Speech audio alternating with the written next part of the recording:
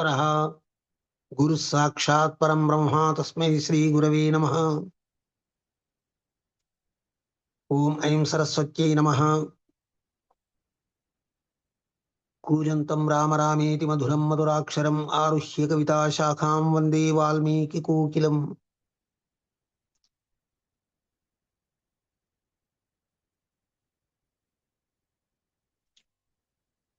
మనకు ఒక వేదికను కల్పించి చక్కని అవకాశాన్ని ఇచ్చినటువంటి ఫ్రీ గురుకుల సంస్థ వారికి అనేక ధన్యవాదాలు తెలియజేస్తూ ఈ కార్యక్రమంలో అత్యంత శ్రద్ధా భక్తులతో ఉత్సాహంతో పాల్గొంటున్నటువంటి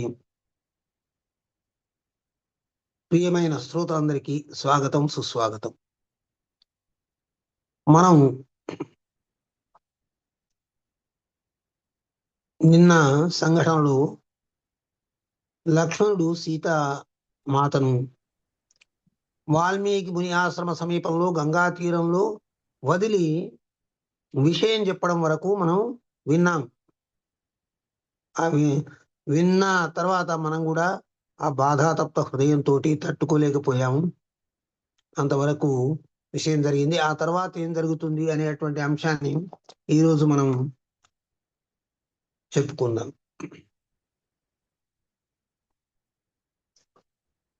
లక్ష్మణస్య వచ శ్రుత్వా దారుణం జనకాత్మజ పరం నిషాదమాగమ్య వైదేహీ నిపపాతః. లక్ష్మణుడు ఎప్పుడైతే ఈ విషయాలన్నీ సీతమ్మ వారికి చెప్పారో ఆమె మిగుల విషాదానికి లోనైపోయింది, దిగ్భ్రమ చెందిపోయింది. ఆమెకేమి అసలుకి ఈ ప్రపంచం ఉన్నదా లేదా అని అన్నట్టు కళ్ళు అంతా చీకటి గమ్ముకుపోయాయి. అలాగే అట్లే మూర్చిల్లి పడిపోయింది. కూర్చున్నట్లుగానే అట్లా పక్కకు దొళ్ళిపోయింది. కొన్ని క్షణాల తర్వాత అమ్మవారు స్పృహలోకి వచ్చింది. సముహూర్తమివాసంజ్ఞా బాష్పాపర్యాకులేక్షణ లక్ష్మణం దీనయా వాచ ఉవాచ జనకాత్మజ. కన్నీరు గారుస్తూ దీనవదనంతో, లక్ష్మణ, దుఃఖాల్ని అనుభవించడానికి బ్రహ్మదేవుడు నన్ను సృష్టించినట్లుందయ్యా. దుఃఖాలన్నీ ఒక్కుమ్మడిగా నన్ను ముసురుకొనుటకు ఇదే కారణం కావచ్చు. మామికేయం తనూర్నూనం సృష్ట దుఃఖాయ లక్ష్మణ ధాత్ర యస్యాస్తదా వేద్య దుఃఖమూర్తి ప్రదృశ్యతే. కిన్ను పాపం కృతం పూర్వం కో వా దారైర్విజోజితః యాహం శుద్ధ సమాచారాత్ త్యక్తా నృపతినా సతి. అంటే ఆమె ఏమంటుంది, పూర్వజన్మలో చేసిన పాపమేమి, ఏ దంపతులనైనను విడదీసి ఉంటినా లేనిచో పవిత్ర చరిత్రనైన నన్ను మహారాజు ఇట్లు పరిత్యజింపడు. ఏమంటుంది శ్రీరామచంద్రుని? పవిత్ర చరిత్ర కలిగినటువంటి నన్ను మహారాజు ఊరికేనే పరిత్యజింపడు. ఏదో బలవత్తరమైన కారణం ఉండే ఉంటుంది. సౌమిత్రి, ఇదివరలో అరణ్యవాసమునందు ఎట్టి దుఃఖములు వచ్చి పడి ఉన్నను శ్రీరాముని పాదములను సేవించుతుండుట వలన, ఆ సేవా ప్రభావము వలన వాటికి నేను తట్టుకొనగలిగితిని. ఇంతకుముందు అరణ్యవాసము, ఇంతకుముందు అన్ని కష్టాలు అనుభవించినప్పటికీ కూడా శ్రీరాముని స్మరణతోటి, సేవించుటతోటి, అరణ్యవాసాన్ని స్మరణతోటి, ఆ లంకానగర వాసాన్ని ఇవన్నీ తట్టుకున్నాను. సౌమ్యుడా, ఇక మీదట నేను ఆత్మీయులకు దూరముగా ఆశ్రమమునందు ఎట్లుండగలను? ఇన్ని కష్టాలు దాటుకుని వచ్చిన తర్వాత మళ్ళీ ఏ కష్టాలు నేను అనుభవించానో ఆ కష్టాల నుంచి నన్ను విముక్తి చేసేటువంటి శక్తి నా వెనుక ఉంది, శ్రీరామచంద్రుడు ఉన్నాడు అనేటువంటి ఒక ధైర్యంతో ఉండేదాన్ని. ఇప్పుడు ఆ ధైర్యమే, ఆ ఊతనే, ఆ ఆలంబననే, ఆ ఆధారమే నన్ను నిరాధారణగా చేసింది. ఇప్పుడు నేను ఆశ్రమాల్లో ఎట్లుండాలి? నా బాధలని, నా దుఃఖాన్ని, నా ఆవేదనని నేను ఎవరితో చెప్పుకోవాలి? ఈ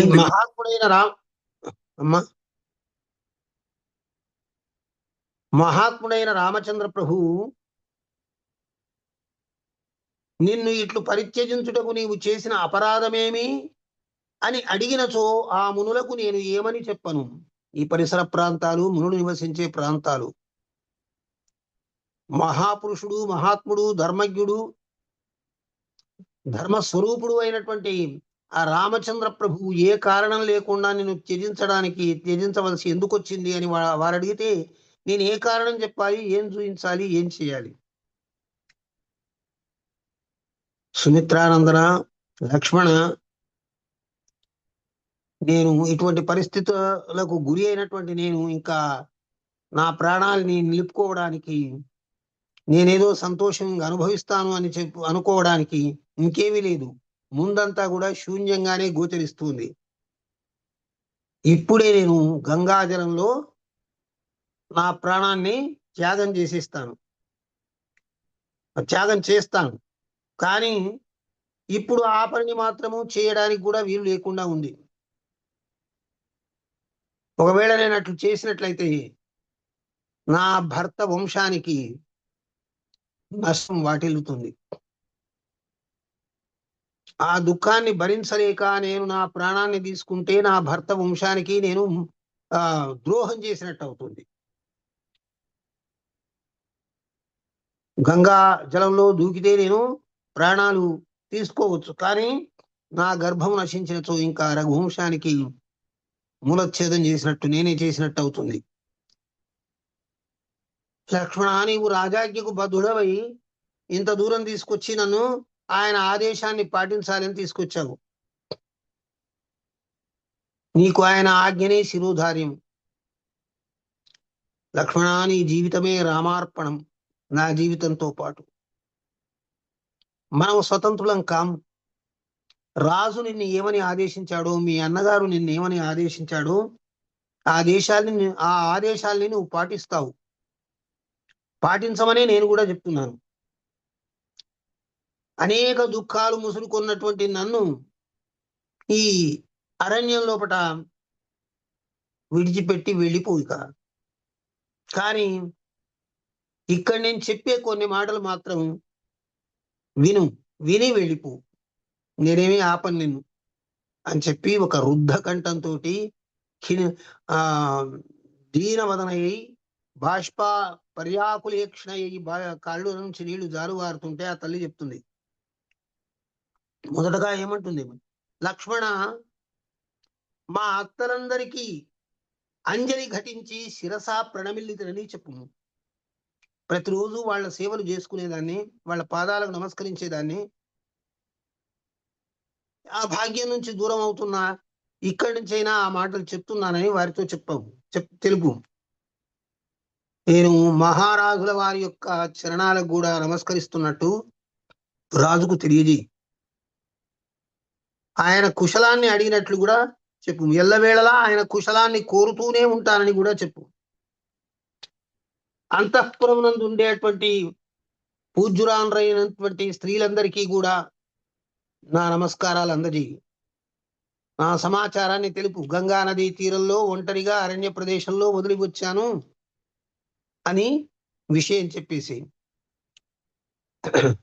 నిరంతరము ధర్మమే ప్రధానంగా భావించి వర్తించేటువంటి, ప్రజా సౌఖ్యమే ప్రధానంగా భావించి వర్తించి రామచంద్రుడికి నా వచనాలను ఈ విధంగా తెలియజేయి.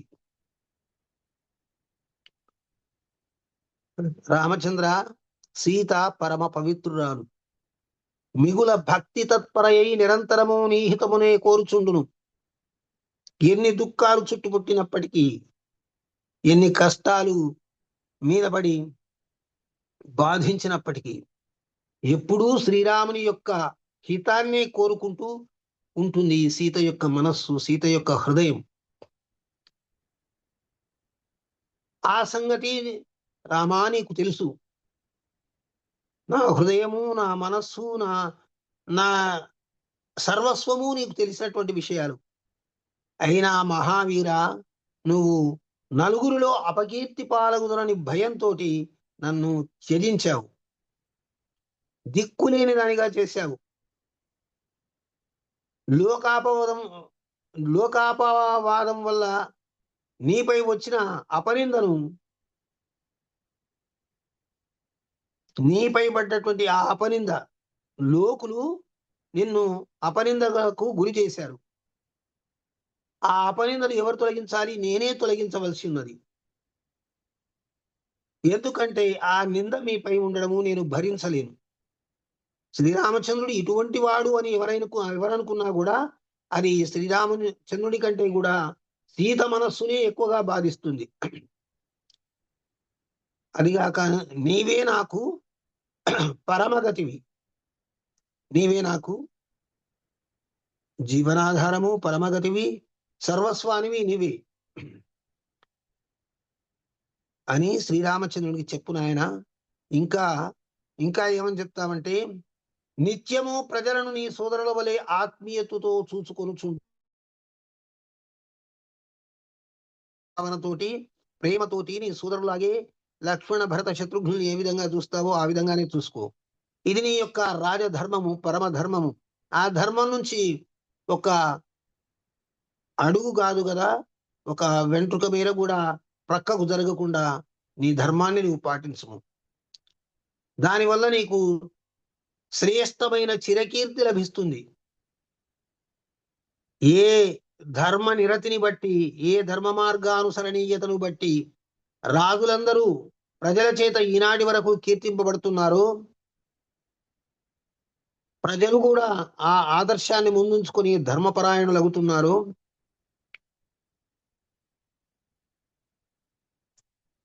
అది కొనసాగునుగాక, ముందుకు నడుచునుగాక. నేనైతే నా శరీరములను గూర్చి, నా శరీరాన్ని గురించి ఏమాత్రము చింతింపను. రఘునందన, పౌరులలో అపవాద భావము ఏర్పడకుండా మెలగవలను. ఎవరైనా కూడా ఇట్లా అని వ్రేలు చూయించే విధంగా, పెట్టి చూయించే విధంగా మనం మెలగరాదు. అట్లా చూపించకుండానే మెలగవాలి, ఏ స్త్రీ అయినా కానీ, పురుషుడైనా కానీ. మరి స్త్రీకి పతియే ప్రత్యక్ష దైవం. ఈ అంతకు మించిన బంధువు, దైవము ఇంకెవరూ లేరు. అతనే గురువు, అతనే బంధువు, అతనే దైవము. స్త్రీకి పతి ప్రాణాల కంటే అధికమైనటువంటి వాడు. స్త్రీ ప్రత్యేకముగా ఆయన ఆజ్ఞనే నెరవేర్చుచుండవలెను. అది మంచి చెడు అనేది కాకుండా ధర్మజ్ఞుడైనటువంటి భర్త చెప్పినటువంటి మాటను అనుసరించడమే సతీదేవి యొక్క, సతి అంటే స్త్రీ యొక్క సతీత్వానికి ఎత్తినటువంటి పతాక. కాబట్టి లక్ష్మణ, నాకు మారుగా ఈ విషయాలన్నీ ఆయనతో నువ్వు వచింపు. నేను గర్భవతిని అయ్యో అని బాధపడుతూ ఎట్లా అని చెప్పేసి ఆలోచిస్తూ ఇక ఆలస్యం చేయొద్దు, ఇప్పుడే వెళ్ళిపో అని చెప్పేసి ఆ సీతాదేవి అంటుంది.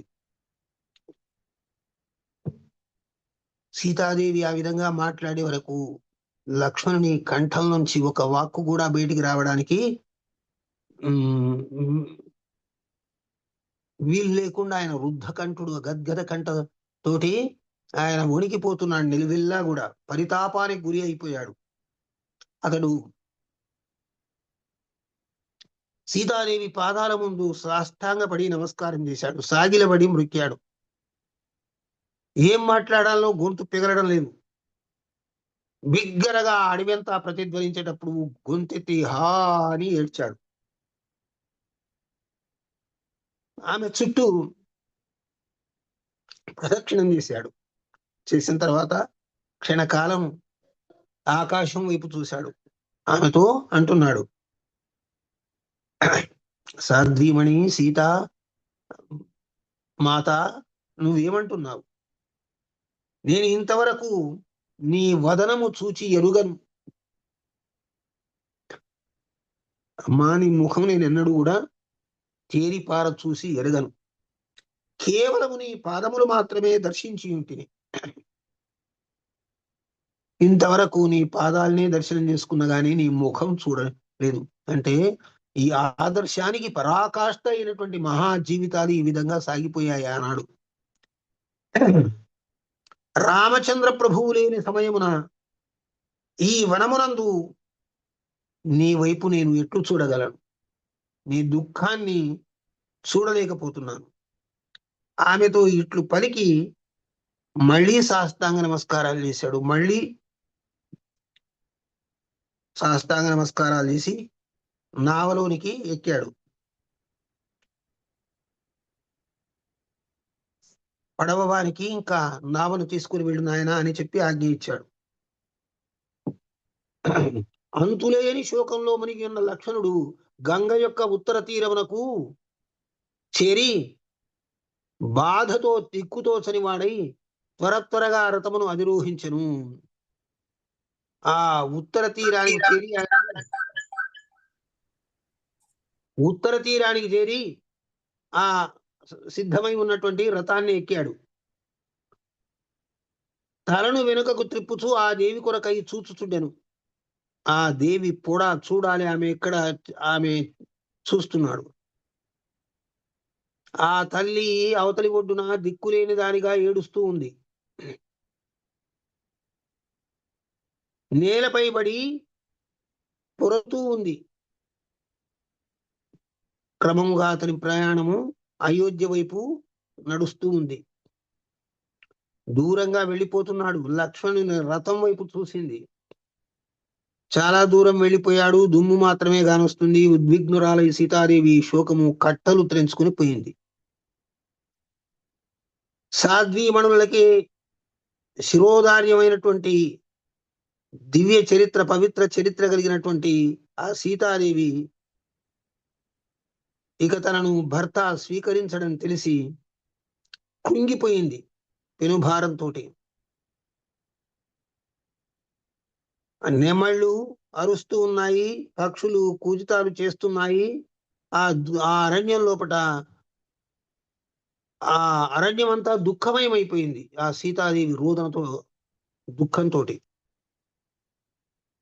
సీతాం మృదంతి దృష్ట్వా తాం తత్ర వై మునిధారకాః ప్రాద్రవన్యత్ర భగవాన్ ఆస్తే వాల్మీకిరుగ్రదీహి అవివాద్యమునే పాదౌ మునిపుత్ర మహర్షి సర్వం నివేదయామాసు తస్యాస్తు హృదితస్వనం. అప్పుడు ఆ వన ప్రదేశానికి, ఆ పరిసరాల్లో తిరుగాడుతున్నటువంటి ముని బాలకులు అట్లు ఏడుస్తూ ఉన్నటువంటి ఆ సీతామాతను చూసి వెంటనే వారు గొప్ప తపోనిమగ్నుడై ఉన్నటువంటి పూజ్యుడైన మహర్షి వాల్మీకి దగ్గరికి పరుగులు తీసి వెళ్ళారు. ఆయన పాదాల మీద ప్రణమిల్లారు. ఆ మహర్షి కళ్ళు విప్పి చూస్తే అక్కడ ఒక స్త్రీ ఉంది. చాలా దుఃఖంతో బాధపడుతూ భూమిపై పడి ఏడుస్తూ ఉంది అని చెప్పి వివరిస్తున్నారు. ఈ ఆశ్రమానికి సమీపంలో ఉన్నటువంటి వనంలో ఆమె మాకు కనిపించింది. ఆమె సాక్షాత్తు లక్ష్మీదేవి, మానవకాంత కాదు, ఆమె సాక్షాత్తు లక్ష్మీదేవి. ఆ విధంగా కనిపిస్తుంది. ఆమె దివ్య ప్రకాశంతో వెలుగొందుతున్న ఆ తల్లి, అటువంటి స్త్రీని మేము ఇంతకుముందు చూసి ఎరగం. ఆమె ఎవరి భార్యనో తెలియదు మాకు. కానీ ఆమె ముఖము కన్నీటి చారలతో నిండి దీనవదన దుఃఖిస్తూ ఉంది. ఎవరో దివ్య భామిని ఆకాశంలోంచి పడిపోయినటువంటి నక్షత్ర ఖండమా ఏమన్నట్టుంది. మీరును చూడండి. ఆమె ఎవరో తెలియదు. ఆమెను గురించి అంత ఎందుకు దుఃఖిస్తుందో తెలియదు. అటువంటి దుఃఖ పరితప్త హృదయ అయినటువంటి ఒక సాధ్వీమణిని మేము చూశాము. ఎవరు ఆదుకునేవారు, ఓదార్చేవారు ఎవరూ లేరు అక్కడ. ఆమెకు ఇంత హఠాత్తుగా వనంలోపటికి ఇంత దుఃఖ ఉద్విగ్న మానస అయినటువంటి స్త్రీ ఎవరు ఎక్కడి నుంచి ప్రవేశించిందో తెలియడం లేదు.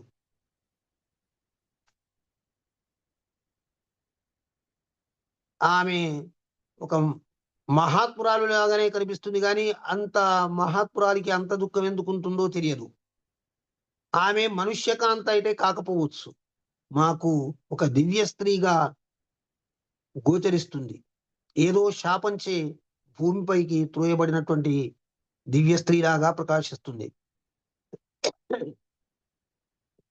మన ఆశ్రమ సమీపంలో ఒక వనితామణి దుఃఖంతో రోధిస్తుంది అంటే మీ శరణుజొచ్చింది, మీ ఆశ్రమానికి వచ్చింది, మీ ఆశ్రమ పరిసర ప్రాంతాల్లో కూడా ఉండి ఏడుస్తుంది, దీనవదన అయి ఉన్నది అంటే ఎవరో మహాముని మమ్మల్ని రక్షిస్తాడు, మహాత్ములు రక్షిస్తారు అని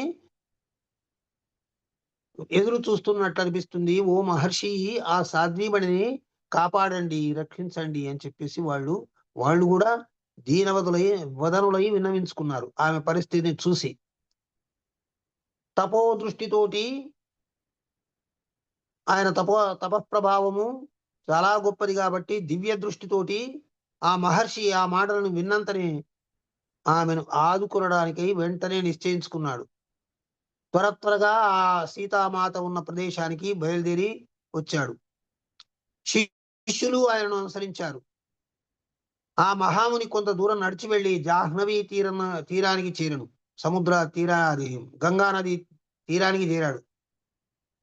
అర్ఘ్యపాద్యములకై పవిత్ర గంగాజలములను తీసుకుని వచ్చి సీతాదేవిని చూచెను. అప్పుడు రఘురామునకు ప్రాణతుల్యయు ధర్మపత్ని అయిన ఆ సాధ్వి దిక్కులేని దాని వలె అతడ పడి ఉండెను. అక్కడ పడి దీనంగా దిక్కులు చూస్తూ ఉన్నటువంటి ఆ తల్లిని చూశాడు. శోకభారంతో కృంగిపోయి కన్నీరు గారుస్తూ ఉన్నటువంటి ఆ సీతాదేవిని మునిశ్రేష్ఠుడు తన తేజ ప్రభావం చేత, తపోనిష్ట చేత ఆమె యొక్క దుఃఖాన్ని తగ్గిస్తున్నట్టు ఆమె వైపు కరుణాపూరితమైనటువంటి చూపులతో చూచాడు. ఆమెతోటి చాలా మధురంగా అంటున్నాడు, అమ్మా, నీవు శ్రీరాముని ధర్మపత్నివి, దశరథునకు కోడలివి, జనక మహారాజుకు కుమార్తెవు. సాధ్వీమణి, నీకు స్వాగతము తల్లి. అమ్మా, నీకు స్వాగతం, మా వనానికి స్వాగతం, మా ఆశ్రమానికి స్వాగతం పలుకుతున్నాం. నీవు ఇక్కడికి వస్తున్నట్టు సమాధి నిష్టలోపట విషయాన్ని నేను తెలుసుకున్నాను. నీవు రావడానికి గల కారణాలన్నీ నువ్వు చెప్పవలసిన అవసరం లేదు, అన్నీ తెలుసు. నాకు నా హృదయానికి తెలుసు. ఓ మహాత్మురాలా, నీ వృత్తాంతాన్ని పూర్తిగా నేను ఎరుగుదును. ముల్లోకములలో జరుగుతున్న విషయములన్నీ నా దృష్టికి గోచరించుతూనే ఉండును. అంటే తపస్సు వల్ల అది అంత గొప్ప విజ్ఞానం సాధింపబడుతుంది. ఏ ప్రయోగశాల లోపల ఏళ్ల తరబడి చేస్తే కూడా సాధింపబడినటువంటిది మనం ఏకాంతంగా కూర్చుని చేసేటువంటి తపస్సు వల్ల అది సిద్ధిస్తుంది. ఆ శక్తులన్నీ సిద్ధిస్తాయి. ఈ గొప్ప ప్రయోగశాల మన మేధస్సి అన్నిటినీ అది తయారు చేయగలుగుతుంది, కనుక్కోగలుగుతుంది. అమ్మా సీత, నీ యందు ఎట్టి దోషము లేదనియు, నీవు పవిత్రురాలవనియు తపోమహిమచే నేను ఎరుగుదును అంటున్నాడు. సీతమ్మ, నన్ను రాముడు ఎందుకు విడిచిపెట్టాడు అని నేను అడిగితే ఎవరికి ఏం చెప్పుకోవాలి అనేటువంటి ఆమెకు ముందే వాల్మీకి మహాముని చెప్తున్నాడు, నేను నీ విషయాన్నంతా ఎరుగుదును, నీ పట్ల కించిత్తు కూడా దోషం లేదు. దోషం అనేది నీ దరిదాపుల్లోనే రాదు. అది ప్రస్తుతం నువ్వు ఎక్కడున్నావు? నా ఆశ్రమంలో ఉన్నావు. ఇక నిశ్చింతగా ఉండు తల్లి, ఇక నిశ్చింతగా ఉండు. నీవేమీ చింత చేయవలసిన అవసరం లేదు. ఈ సమీపముననే గల నా ఆశ్రమమునందు కొందరు మునిపత్నులు తపశ్చర్య గావించుతుందరు. కొంతమంది మునుల భార్యలు కూడా తపస్సు చేసుకుంటూ ఉంటారు. అమ్మా, వారు సర్వదా నిన్ను కన్నబిడ్డగా చూసుకొనుచుందురు. నీకేం భయం లేదు బిడ్డ, నిన్ను ఒక బిడ్డలాగా చూసుకుంటారు వాళ్ళందరూ, ఆ తల్లులు. ఇదిగో ఈ అర్ఘ్యములను స్వీకరింపుము, చేతులు కడుక్కో, ముఖం కడుక్కో, నీళ్ళు ఇస్తున్నాను. ఎట్టి మనస్తాపము లేకుండా నిర్భయముగా ఉండుము. ఈ ఆశ్రమమును నీవు స్వగృహముగా భావించి నిర్విచారముగా ఉండుము. ఇది మీ స్వగృహం. అది మీ అత్తగారి ఇల్లు అయినా అనుకో, లేదా మీ తండ్రి గారి ఇల్లు అయినా కానీ అనుకో, ఆ విధంగానే నువ్వు మెలగవచ్చు. ఇక్కడ నీకు అందరూ నీ యొక్క హృదయాన్ని తెలుసుకొని కలిసి మెలిసి తిరుగుతూ నిన్ను చక్కగా చూసుకుంటారు. విచారపడవలసిన అవసరం లేదు. ఆ మహర్షి పలికిన అద్భుతమైన వచనములను విని సీతాదేవి కృతాంజలి అయి ఆ మహాత్ముని పాదపద్మములకు శిరసా ప్రణమిల్లి అట్లేయని నుడివెను. చూడండి ఎంత గొప్ప ప్రమాదం, ఎంత గొప్పగా ఒక రక్షణ లోపటికి వలయం లోపటికి వచ్చేసింది. ఆయన మధురమైనటువంటి వచనాలు విన్న తర్వాత సీతాదేవి దోసిలి బట్టి అట్లే స్వామి అని చెప్పి అని అన్నది. ఆశ్రమానికి వెళ్ళేటువంటి ఆ మహాముని అనుసరించి సీతాదేవి వెళ్ళింది. వైదేహితో కూడి వచ్చుతున్న వాల్మీకి మహాముని చూచి మునిపత్నులు వారిని సమీపించి సంతోషముతో ఇట్టనిది. అక్కడ తపస్సు చేసుకునే మునిపత్నులు వాల్మీకితో వచ్చే సీతాదేవిని చూసి ఆయనకి ఎదురుగా వచ్చి సంతోషంతో, మునీశ్వరా నీకు స్వాగతం, చిరకాలమునకు పిమ్మట మాకు నీ దర్శన భాగ్యము కలిగినది. ఎప్పుడూ తపోనిష్టలో ఉండేటువంటి నీవు మాతో ఎన్నడూ మాట్లాడి ఎరగవు. నిన్ను చూస్తూ మేము మమ్మల్ని అప్పుడప్పుడు గమనిస్తూ మీరు ఉన్నారు గాని మేము అందరము నీ పాదములకు ప్రణమిల్లుచున్నాము. మేము ఏమి చేయవలనో ఆజ్ఞాపింపుడు. మేమేం చేయాలి,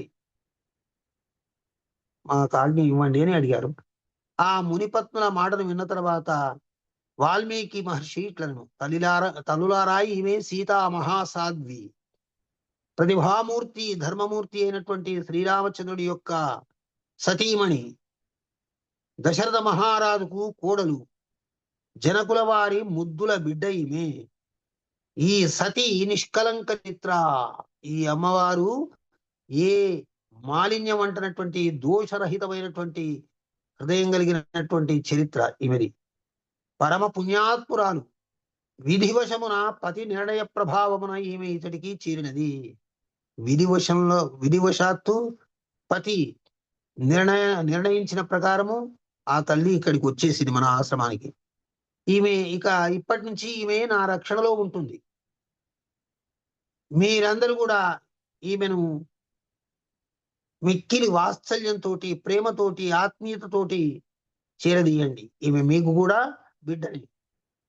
నా మాటలపైన గౌరవం ఉంచి ప్రత్యేకముగా ఈమెకు సేవలో చూడు. ఈ తల్లికి ఏం కావాలనో, ఏది ఎప్పుడు అవసరమో, ఎట్లా చూసుకోవాలనో ఆ విధంగా చూసుకోండి, నా మాటల మీద గౌరవం ఉంచి అని అన్నాడు. మహాయశస్వి తపోధరుడు, ఆ భూత భవిష్యత్ వర్ధమానాలను ఎరిగినటువంటి మహానుభావుడు అయినటువంటి వాల్మీకి సీతాదేవిని మునిపత్నులకు అప్పగిస్తూ మళ్ళీ చెప్పాడు. పిదప ఆ మహర్షి శిష్యులతో కూడి తిరిగి తన ఆశ్రమానికి, అంటే సమీపంలోనే ఉన్నారు వాళ్ళు కూడా, ఆశ్రమం లోపలికి చేరను. ఆశ్రమం లోపలికి వచ్చాడు. మునిపత్నులు వాళ్ళైనా, సీతాదేవి అయినా, ఈయన పెద్ద ముసలివాడైనా, తపోనిష్ఠుడైనా కానీ ఆ పక్కన ఉండేటువంటి ఆశ్రమం లోపటినే వాళ్ళ హద్దుని ఏర్పరిచి అక్కడే ఉంచాడు. మన శాస్త్రాలు ఏం విధిస్తున్నాయంటే, ఇది ఇప్పుడు సందర్భము కాదు కానీ నేను చెప్తున్నాను, ఒక వయస్సు కలిగినటువంటి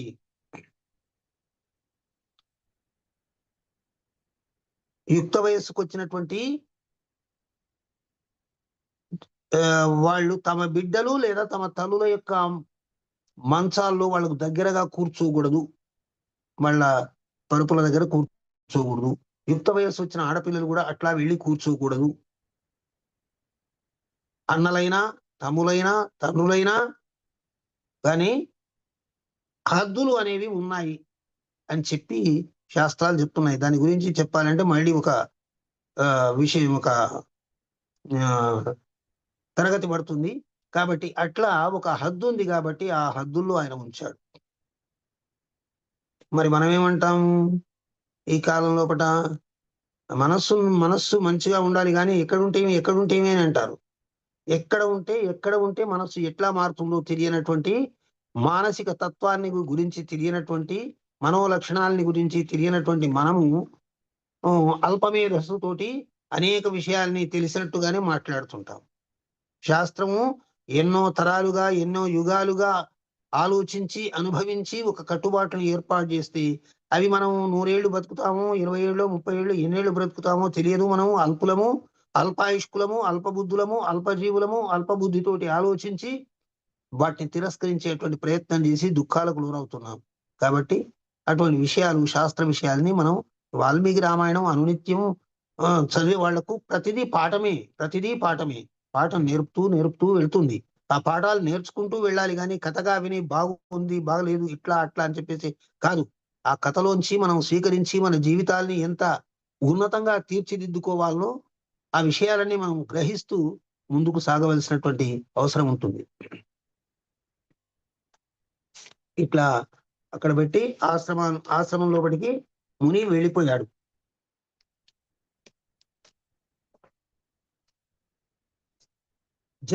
జనకుని కూతురైన సీతాదేవి వాల్మీకి మహర్షి ఆశ్రమమునకు చేరినట్లు తెలిసింది. ఎవరో చారులు ఉంటారు కదా, వాళ్ళ ద్వారా తెలిసింది.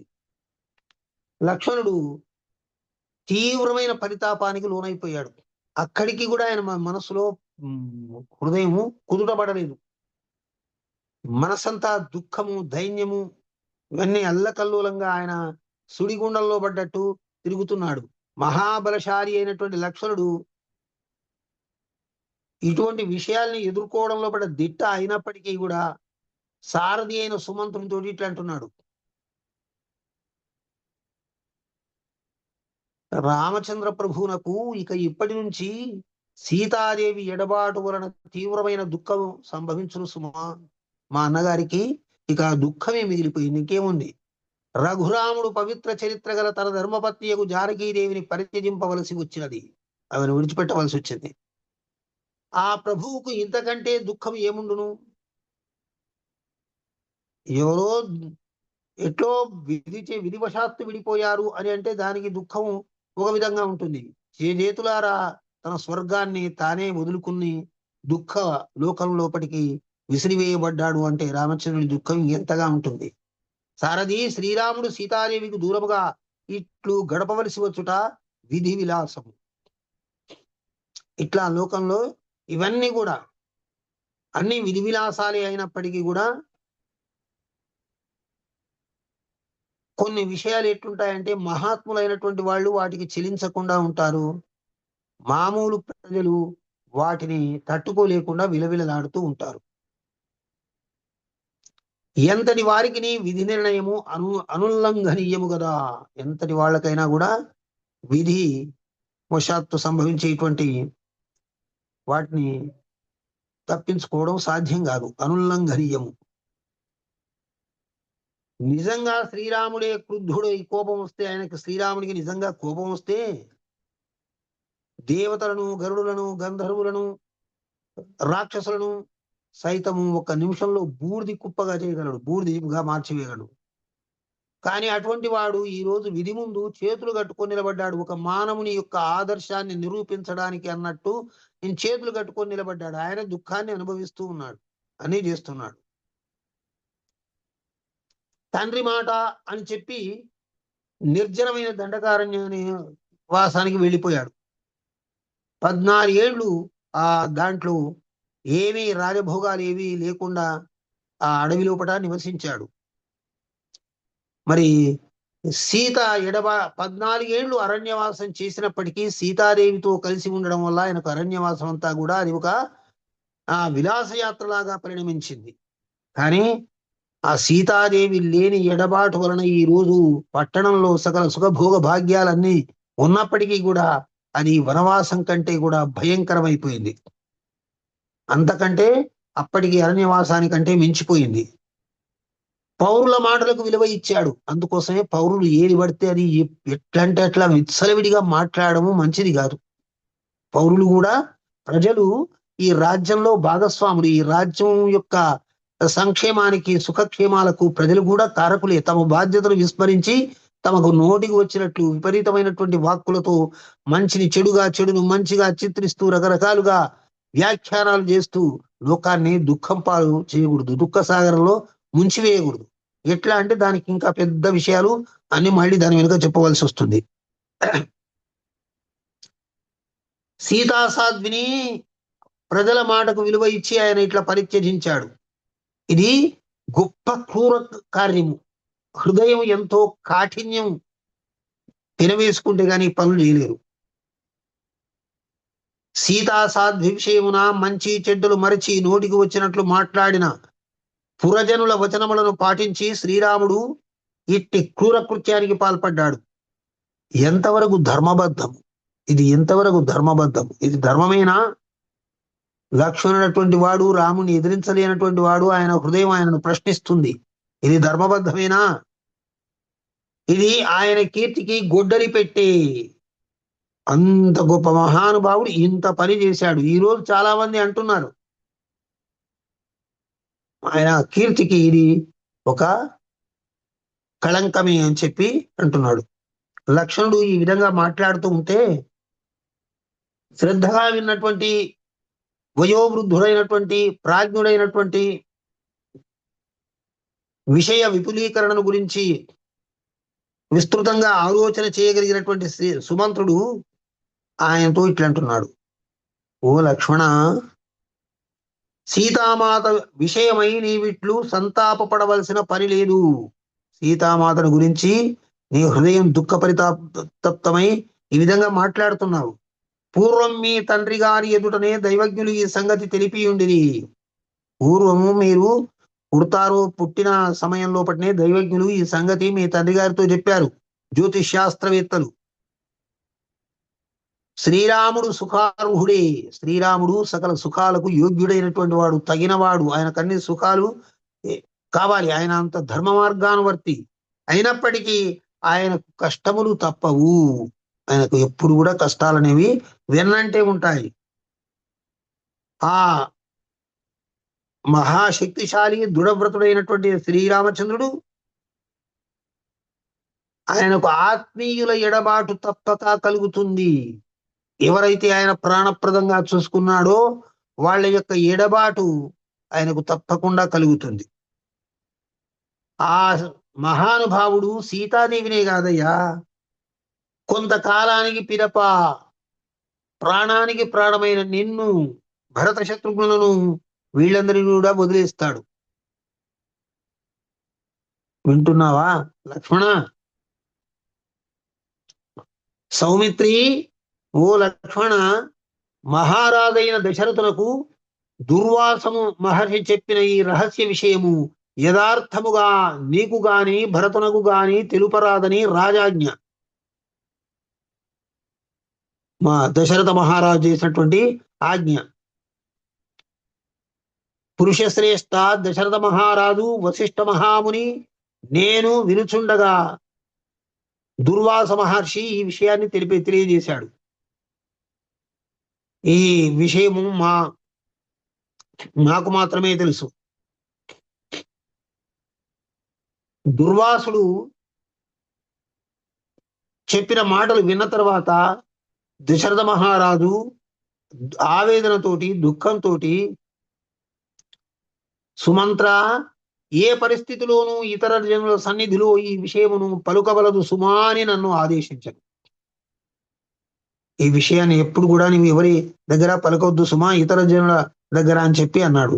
సౌమ్య, ఓ లక్ష్మణ, మహారాజు ఆజ్ఞను ఉల్లంఘించరాదు అని చెప్పి సంకల్పంతో ఇంతవరకు ఈ విషయాన్ని నేను గోప్యముగా ఉంచాను. లక్ష్మణ, ఎట్టి పరిస్థితుల్లోనూ ఈ విషయమును నేను నీ ముందు పలుకరాదు, చెప్పకూడదు. అయినను నీకు వినవలనను కుతూహలము ఉన్నచో ఆలకింపుము, విను. మహారాజు ఈ విషయమును రహస్యముగా నుంచుము అని చెప్పినప్పటికీ నేను నీ దుఃఖాతిరేకమును చూచిన పిమ్మట నీకు తెలుపబోతున్నాను. నీవు వలవలా ఏడుస్తూ ఉంటే, చేతులు ముఖం పైన పెట్టుకొని స్త్రీలాగా విలపిస్తూ ఉంటే, ధైర్యానికి మారుపేరైనటువంటి నీవే ఇంత కృంగిపోతే నిన్ను చూస్తూ ఇంకా చెప్పలేకుండా ఉండలేక ఈ విషయాన్ని నీకు చెప్తున్నాను. విధి నిర్ణయము దాటరానిది, అందరూ దానికి బద్ధులై ఉండవలసినదే. దైవికముగా ఇట్టి శోకములు, దుఃఖ శోకాలు ప్రాప్తించినాయి. ఈ విషయం మాత్రం ఎట్టి పరిస్థితుల్లో భరత శత్రుఘ్నుల ముందు ప్రకటింపవలదు. భరత శత్రుఘ్నులకు ఈ విషయం ఎప్పుడు కూడా తెలియరాదు. ఇంతవరకు సుమంత్రుడు గంభీరంగా పలికి లక్ష్మణునికి వినిపిస్తూ ఉంటే లక్ష్మణుడు, సుమంత్ర, వాస్తవమును తప్పక వెల్లడించు అని కోరాడు. ఇంకా ఏమైనా వాస్తవాలు, విషయాలు, నిజాలు ఉంటే తప్పక వెల్లడించు అని చెప్పి ఆ సుమంత్రుణ్ణి కోరాడు. కోరిన తర్వాత తథా సంచోదితః సూతో లక్ష్మణేన మహాత్మనా తద్వాక్యం ఋషీణా ప్రోక్తం వ్యాహర్తుం ఉపచక్రమే. పురాణాంనా హి దుర్వాసా తే అత్రే పుత్రో మహామునిః వసిష్ఠస్యాశ్రమే పుణ్యే వార్షిక్యం సంవాసః. ఏమని చెప్తున్నాడంటే, మహాత్ముడైన లక్ష్మణుడు ఆ విధంగా అడిగిన తర్వాత రథసారథి అయిన సుమంత్రుడు దుర్వాస మహర్షి ప్రోక్తములైన విషయములను వివరించడానికి పూనుకున్నాడు. లక్ష్మణ, అత్రి మహర్షి కుమారుడైన దుర్వాస మహర్షి పూర్వం ఒకానొకప్పుడు పవిత్రమైన వశిష్ఠుల ఆశ్రమం లోపట చాతుర్మాస్య దీక్ష వహించాడు. అక్కడ 4 నెలల పాటు ఉండి యతులు అయినటువంటి వాళ్ళు, సంస్థిత వ్రతులైనటువంటి వాళ్ళు 4 నెలలు చాతుర్మాస్య దీక్ష చేస్తారు. ఆషాఢ, శ్రావణ, భాద్రపద, ఆశ్వీజ అంటే ఆషాఢ మాసంలో పౌర్ణమి నుంచి గాని ఏకాదశి నుంచి గాని మొదలు పెట్టుకుంటే కార్తీక ఏకాదశి గాని పౌర్ణమి వరకు గాని చాతుర్మాస్య దీక్ష చేస్తారు. ఈ చాతుర్మాస్యాల్లో కొన్ని నియమాలు ఉంటాయి. నిరాడంబర జీవనము, దివ్య మంత్ర జపము, భూతల శయనము, ఆహార నియమాలు ఇవన్నీ ఉంటాయి. వాటిని పాటిస్తూ చేసేది చాతుర్మాస్య దీక్ష. ఆ చాతుర్మాస్య దీక్షను దుర్వాస మహర్షి వశిష్ఠాశ్రమంలో చేశాడు ఒకప్పుడు.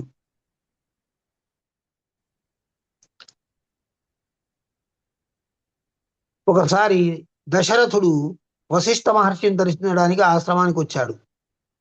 అక్కడ వశిష్ఠ మహామునికి ఎడమ పార్శ్వములో ఉండేటువంటి దుర్వాస మహర్షిని కూడా చూశాడు. అతడు సూర్య భగవానులాగా దివ్య తేజస్సుతో వెలిగిపోతున్నాడు. ఆ మునులిద్దరికి కూడా సవినయంగా సాష్టాంగ నమస్కారాలు చేశాడు. దశరథునికి ఇద్దరు స్వాగతం పలికారు.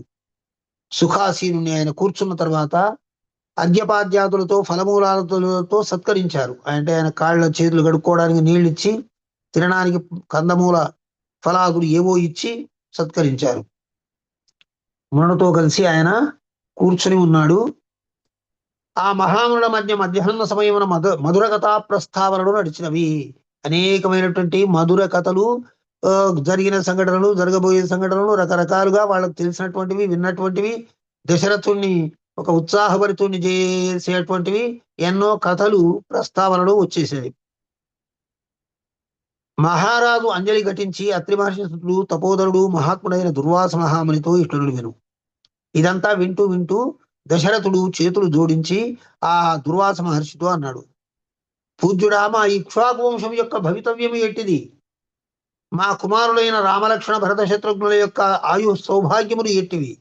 పూజ్య మహాముని వారి పుత్రుల యొక్క ఆయు ప్రమాణములు ఎట్టివి? మా వంశం యొక్క స్థితిగతులు ఎట్లుండును? వీటిని గూర్చి దయతో తెలుపండి అని చెప్పేసి వినయంగా అడిగాడు. దశరథ మహారాజు పలికిన ఆ మాటలన్నీ విని దుర్వాస మహర్షి ఈ విధంగా ఆయనకు చెప్పాడు. ఏం చెప్పాడు? పూర్వ వృత్తాంతం విను. ఒకప్పుడు దేవతలకును రాక్షసులకు యుద్ధం సంభవించను. అప్పుడు ఆనాడు దేవతలు రాక్షసులు యుద్ధం చేస్తూ ఉంటే రాక్షసులందరూ దేవతలకు భయపడి భృగు మహర్షి యొక్క పత్నిని అంటే భార్యను ఆశ్రయించారు.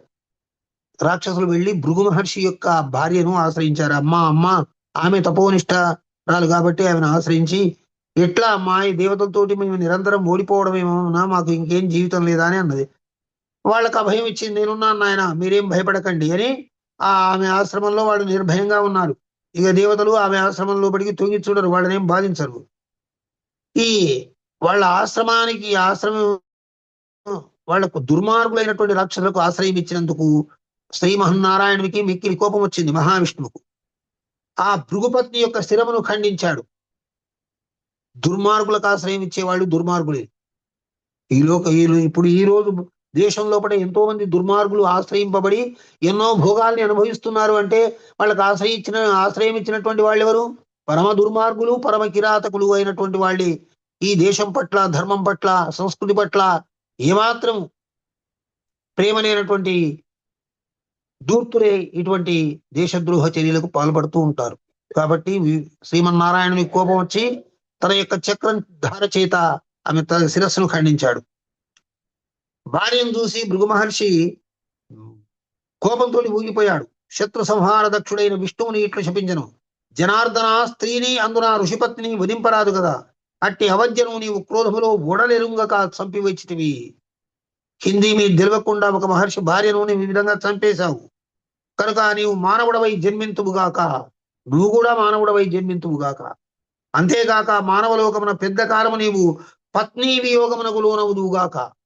చాలా కాలం నువ్వు భార్యా వియోగానికి లోనై దుఃఖాన్ని అనుభవింతువుగాక. నా భార్య లేకపోవడం వల్ల నేను ఏ దుఃఖాన్ని ఎట్లా అనుభవిస్తున్నానో అటువంటి దుఃఖాన్ని నువ్వు కూడా అనుభవింతువుగాక అని భృగు మహర్షి శపించాడు.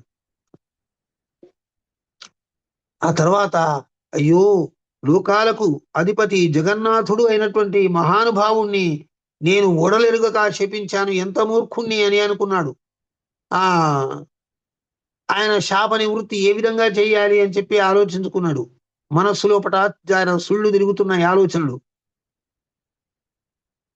శ్రీమన్నారాయణుడు అనుకుంటే తనకు ప్రతిశాపం ఇస్తాడా, లేకపోతే తనను కూడా భృగుపత్ని లాగానే చక్రధార చేత తల ఖండించేస్తాడా, ఏమైనా చేయగలడు ఆయన.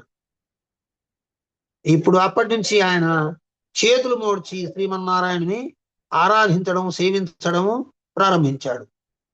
అప్పుడు అది చూసి భక్తవత్సలుడైనటువంటి భగవంతుడు నారాయణుడు ఆ ఆరాధనను ఆ సేవలను ఆయన స్వీకరించి మహాముని లోకహితము కొరకై లోకకంటకుడైన రావణుని వధించి జగత్తునకు మేలుగూర్చునకై నీ శాపము అంగీకరిస్తున్నాను. లోకకంటకుడైన రావణాసుడు ఒకడున్నాడు. శాపాలు కూడా మహాత్ములిచ్చే శాపాలు లోక కళ్యాణకారకులు, దుర్మార్గులు చేసే పాపాలు లోకానికి భీతి భయాన్ని గురిపేటువంటివి అని పరిగణు. దశరథ మహారాజు మిగుల తేజోమూర్తి అయిన ఆ విష్ణువు పూర్వకాలమున భృగు మహర్షిచే ఇట్లు శపింపబడినందున ఈ లోకమున నీకు పుత్రుడై అవతరించను. ఓ దశరథ, అతడు సామాన్యుడు కాదు, సాక్షాత్ శ్రీమన్నారాయణుడు. భృగు శాపం వల్ల ఆ విధంగా జన్మించాడు నీకు పుత్రుడుగా. అతడు ముల్లోకములందు రాముడుగా ఖ్యాతి వహించును. ఆ భృగుశాపము తిరుగులేనిది, దాని ఫలితమును శ్రీరాముడు తప్పక పొందును. శ్రీరాముడు అయోధ్యానగరమునకు చాలా కాలం ప్రభువుగా ఉండును. ఆయన పరిపాలనలో ప్రజలు సుఖశాంతులతో సంపత్ సమృద్ధులతో వర్ధిల్లుదురు. శ్రీరాముడు 11,000 సంవత్సరములు రాజ్యపాలన కావించిన పిదప బ్రహ్మలోకమునకు పరమపదమైన వైకుంఠమునకు సరాసరి వెళ్ళును. తిరుగులేని విజేత అయిన శ్రీరామచంద్ర ప్రభు అశ్వమేధము మొదలగు యాగములను పుష్కలముగా ఆచరించి పలు రాజవంశములను స్థాపించును. శ్రీరామునకు సీతాదేవి యందు 2 కుమారులు ఉదయింతులు. ఆ ఇరుగురు సుతులను అయోధ్య ఎందుగాక మరి ఒక చోట జన్మింతుడు. ఇది నిశ్చయము. సీతాదేవి ఎందు కలిగిన ఆ 2 కుమారులకు రాముడు కోసల రాజ్యమునకు పట్టాభిషిక్తులను గావించును. ఈ విధముగా దుర్వాస మహర్షి ఇక్ష్వాకు రాజవంశమునకు సంబంధించిన భూత భవిష్యత్ విషయములన్నింటినీ దశరథ మహారాజుకు విపులంగా చెప్పాడు. దివ్య తేజస్వి అయిన ఆ మహాముని ఇట్లు చెప్పి ఇక ఆగాడు. అది జరిగిన సంఘటన.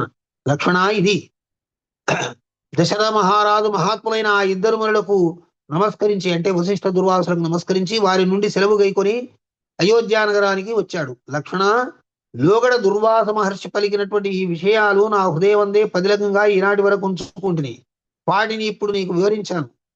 ఆ ఋషి వచనములు వ్యర్థముగావు సుమా. సౌమిత్రి, ఇది విధి నిర్ణయము. అందువలన సీతాదేవి కొరకు గాని శ్రీరామచంద్ర ప్రభువు కొరకు గాని పరితపింపవలసినటువంటి అవసరం లేదు. నరోత్తమా, ధైర్యము వహించుము. రథసారథి అయిన సుమంతుడు పలికిన అద్భుత వచనములను వినిన పిదప లక్ష్మణుడు ఎంతయో సంతోషించి తలనాడించి తన సంతోషాన్ని తెలియజేశాడు. సుమంతుడు లక్ష్మణుడు మార్గమధ్యమున ఇట్లా వాళ్ళు సంభాషించుకుంటూ ఉంటే సూర్యుడు అస్తమించాడు. వారు కేశిని నదీ తీరం లోపల ఆ రాత్రి గడిపారు. ఇది ఇక్కడికి మనం ముగిస్తున్నాము. మరి రేపు ఏం జరుగుతుంది అనేది చెప్పుకుందాము. దీంట్లో కొన్ని ప్రక్షిప్త విషయాలు ఉన్నాయి అని మనం మొదటే చెప్పుకున్నాము. అంటే కొన్ని విషయాలు చేర్చబడ్డవి అనే ఆ విషయాలన్నీ ఇంకా మీకు తెలియజేయలేదు. అవి ఇదివరకే తెలియజేస్తే బాగుండునో ఏమో కానీ మరి ఎందుకు తెలియజేయలేదో రామచంద్ర ప్రభువుకే తెలుసు. అవి విషయం సందర్భానుసారంగా వాటిని కూడా చెప్పుకునేటువంటి ప్రయత్నం చేద్దాము. మీరు దీని గురించి మీ అనుభూతుల్ని ప్రకటించండి. మీకు మాట్లాడే అవకాశం ఉంది. మీరు ఎవరైనా మాట్లాడవచ్చు ఇప్పుడు. జై శ్రీమన్నారాయణ గురువు గారు. జై శ్రీమన్నారాయణ తల్లి. ఈ రోజు కొన్ని చాలా డౌట్లతో ఆ ఆ, అడగవలసి వస్తుంది. అవి మేము క్లారిఫై చేసుకుందామని గురువు గారు.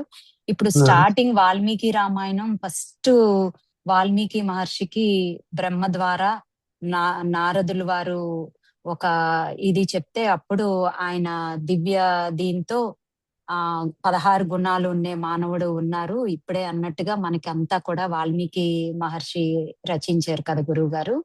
ఇప్పుడు ఈ ఉత్తర రామాయణంలో లవకుశలు కూడా వచ్చి వాల్మీకి ఆశ్రమంలోనే ఉన్నారు అనేది, అంటే ఇప్పుడు ఇదంతా అయిపోయిన తర్వాత ఈయన రచించారా ఏంటి అనేది నాకు చిన్న డౌట్ గురువు గారు. ఇదంతా అయిపోయిన తర్వాతనే వారు రచించారు గాని ఈ జరిగినటువంటి విషయాలన్నీ వారి ముందు తేటతెల్లమై వారి వాక్కు సత్యప్రతిష్ఠితమై సరస్వతీదేవి ద్వారా యథాతథంగా రచింపబడ్డది. జరిగిన కథ జరిగినట్టుగానే రచింపబడ్డది. జరిగిన కానీ ఏదో దాని కల్పనలు చేసి కానీ లేకపోతే పక్కదోవ పట్టించే విషయాలు కానీ ఏవి లేకుండా చేసేటువంటి శక్తి ఆయనకు లభించింది.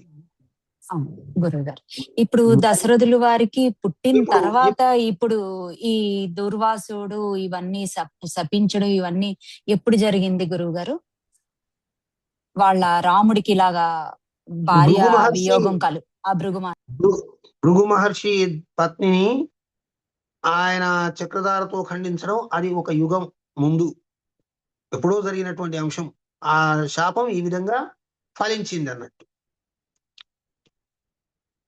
అయితే భూత భవిష్యత్ వర్తమానం తెలిసినటువంటి వాల్మీకి మహర్షికి నారదుడు చెప్పినటువంటి అంశాలన్నీ కూడా ఆయన ముందు జరిగేవి అనేటువంటి విషయాలు చెప్పారు. ఉత్తర రామాయణం లోపల జరగబోతున్నటువంటి అంశాలన్నీ ఆయనకు తెలిసి చెప్తున్నాడు. కాబట్టి దీంట్లో మళ్ళీ మీరు ఒకసారి మీ మనసులో మీరు మళ్ళీ తిరిగి ఆలోచించుకోండి, మీకు యథార్థం యథాతథంగా గోచరిస్తుంది. అవును గురువు గారు, నిజంగా అంటే సుమంత్రుల వారికి అన్ని విషయాలు తెలుసు అన్నమాట. అదే అదే చాలా ఇక్ష్వాకు వంశానికి సంబంధించినటువంటి విషయాలు చాలా వరకు ఆయనకు తెలుసు. ధన్యవాదాలు గురువు గారు, చాలా సంతోషం. హరే కృష్ణ గురువు గారు, సుప్రభాతం. నమస్కారం. నమస్కారం తల్లి. హరే కృష్ణ. దీన్ని బట్టి తెలుస్తున్నది ఏంటంటే నిజంగానే సినిమా వాళ్ళు ఎంత దాన్ని మార్చి నిజం ఉండేది ఇంత అయితే వాళ్ళు కథ ఇంత చేసి ఎలా మార్చి చేస్తున్నారు అనేది అర్థమవుతుంది.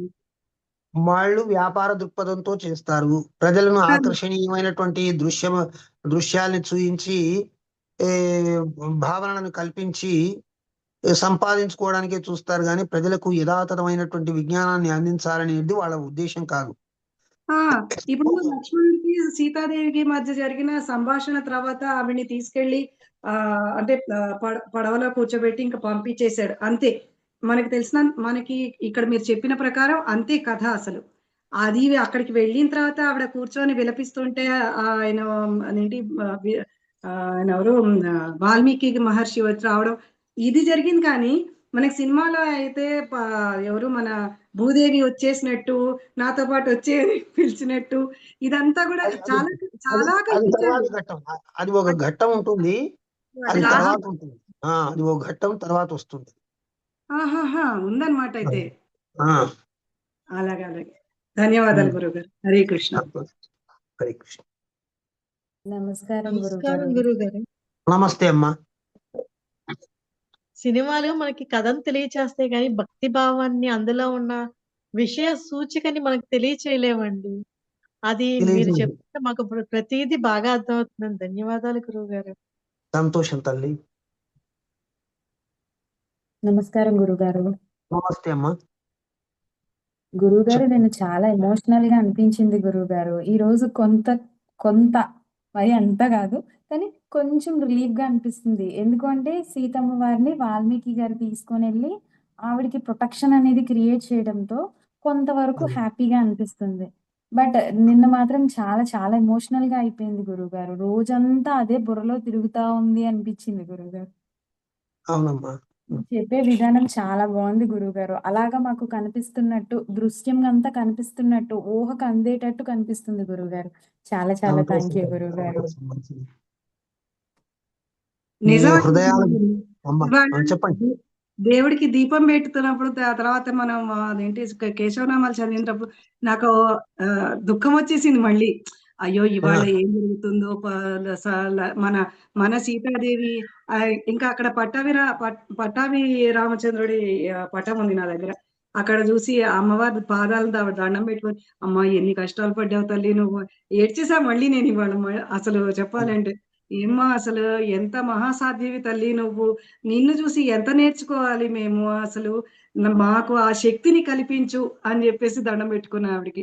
అలానే శ్రీరామచంద్రుడు కూడా, అయ్యా నువ్వు ఏం తక్కువ తినలేదు. నువ్వు చాలా కష్టాలు పడ్డావు పాపం ఆమెని వదులుకొని. ఆవిడ వెళ్ళిపోయింది కదా, నువ్వేమి అగో ఈ కాలం వాళ్ళలాగా అమ్మయ్య నా పెళ్ళం పుట్టింటికి వెళ్ళిపోయింది అని ప్రశాంతంగా కూర్చుంటారు ఈ కాలం వాళ్ళండి. అలా కాకుండా అయ్యో దాన్ని ఆవిడని అలా పంపించేశాని అనేసి ఎంత బాధపడుంటావు తండ్రి నువ్వు అని చాలా మనసు ఒక డిస్టర్బ్ అయిపోయింది గురువుగారు నిజంగా. నిజానికి భార్యాభర్తల బంధం అనేది ఒకరి ద్వారా ఒకరు తరించడానికి ఏర్పాటైనటువంటి బంధం. భార్య ద్వారా భర్త తరించాలి, భర్త ద్వారా భార్య తరించాలి. కానీ ఒకరికొకరు గుదిబండలై దాంపత్య జీవితం అంతా చాలా విచ్ఛిన్నకరమైనటువంటి మార్గాల లోపట ఎగుడు దిగుళ్ళ లోపట నడుస్తూ అనునిత్యం దుఃఖ కారణమే. అది దానిపైన అవహేళనలు చేస్తున్నారు, అపహాస్యాలు చేస్తున్నారు, దుఃఖాలు అనుభవిస్తున్నారు, జీవితాల్ని అంతా కూడా నిస్సారవంతాలు చేసుకుంటున్నారు, ఎన్నెన్నో విధాలుగా చేసుకుంటున్నారు. ఇవి లోకాదర్శప్రాయమైంది దాంపత్యం, శివశక్తుల యొక్క సంపూర్ణ స్వరూపం ఇది. మరి అటువంటి దాన్ని, అటువంటి దివ్య మహాయజ్ఞం కోసం బ్రహ్మ సృష్టిస్తే దాన్ని అంతా అపహాస్యం పాలు చేసి మన జీవితాల్ని వ్యర్థంగా చేసుకుంటున్నాం మనం. కాబట్టి మనకు మన విద్య రామాయణం లాంటి మన విద్య మనం తెలుసుకున్న నాడు మళ్ళీ ఆ జీవితాలు అంత సంతోషకరంగా సుఖకరంగా సాగుతాయి. నమస్కారం గురువు గారు. నమస్తే అమ్మా. నమస్తే. ఈ రోజు కథ ద్వారా అర్థమైంది ఏంటంటే, చివరిగా శ్రీరాముడికి సీతాదేవికి మధ్య భౌతిక పరమైన శాశ్వతమైన దూరం వచ్చేసింది. ఇంకంతే, మళ్ళీ వాళ్ళు కలవలేదు కదా. మానసికంగా వాళ్ళిద్దరూ ఒకరిలో ఒకళ్ళు ఉన్నారు, కానీ భౌతిక పరంగా ఇద్దరు శాశ్వతంగా విడిపోయారు. అది మాత్రం కొంచెం బాధాకరంగా ఉంది. వాళ్ళు లోకానికి ఒక ఆదర్శాన్ని చూపించడానికి వాళ్ళ జీవితాలను ఆ విధంగా లోకార్పణం చేశారు. మనం నిత్యం స్వార్థంతో, స్వార్థపూరిత దుర్గంధంతో ఉండేటువంటి మన జీవితాలు ఏ ఆదర్శాలని ఎవరికి ఇవ్వలేక ఇట్లా అయిపోయాయి. సంతోషం తల్లి. మన సమయం కూడా అయిపోయింది. గురువు గారు, చిన్న డౌట్ గురువు గారు. ఇప్పుడు సీతాదేవి తపోవనంకి వెళ్ళాలని ఒక కోరిక అడుగుతారు కదా గురువు గారు రాముల వారిని. ఆ తర్వాతేనా గురువు గారు ఇప్పుడు ఈ సంఘటన?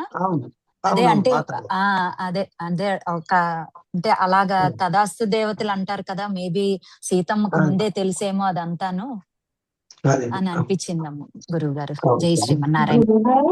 మరి రాముల వారు అంటే అందరికీ తండ్రి సమానులు కదా గురువు గారు. ఒక్క విషయం, మన సమయం అయిపోయింది. మళ్ళీ పక్క క్లాస్ ఉంటుంది, రేపు మీరు అడగవలసింది సమగ్రంగా అడగండి. లోకా సమస్త సుఖినో భవంతు. జై హింద్, జై భారత్, జై శ్రీరామ్. జై శ్రీరామ్. ధన్యవాదాలు గురువు గారు.